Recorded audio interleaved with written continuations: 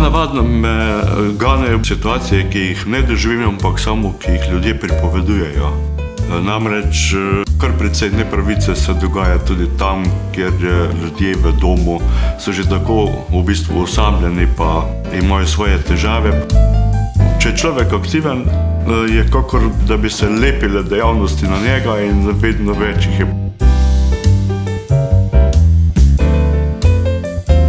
Sem Anton Stropnik, doma sem v Vrkičanu.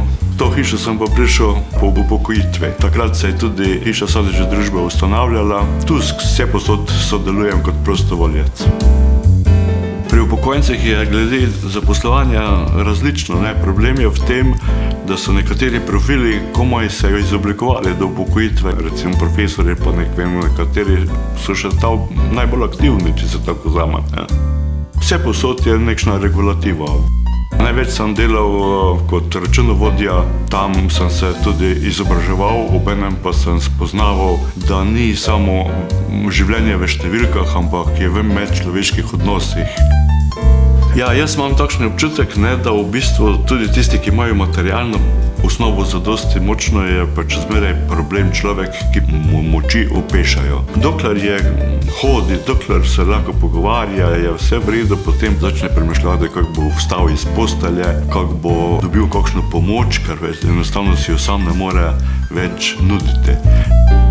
Vse to prinaša človeku nekšno tegobo, ki jo občuti. Članil sem se v društvu upokojencev, kjer so isto tako nudili različne dejavnosti in tam sem tudi prostovoljec v tem gibanju Starejši za starejše na domu. Tudi pri pevskem zboru, pri dramski skupini sodelujem ali vodja skupine za samopomoč v domu v Vrkičanu sem.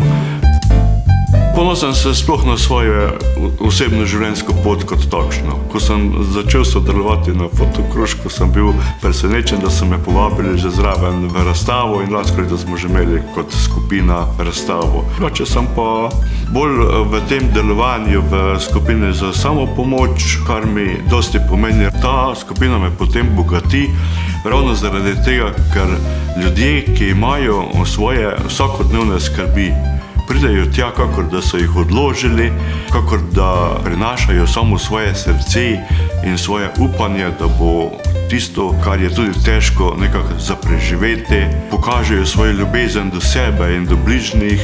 Vse to je to bogatstvo, ki nas dela polne. Posebni načrt bi bil rad napravil za poznavanje Slovenije. Še Slovenijo najmanj poznamo, hodimo po vseh krajih okrog, pa vse posod je bolj interesantno, kot je pa lepa Slovenija. Pa dosti kdo niti ne ve, so takšne lepi kraji, ko bi jih lahko pogledali, slapovi, gozdovi, hribi. Ker vsak dan sprehajati se okrog vasi je potem že počasi dolgočasno, posebno če si dolgo v penziji.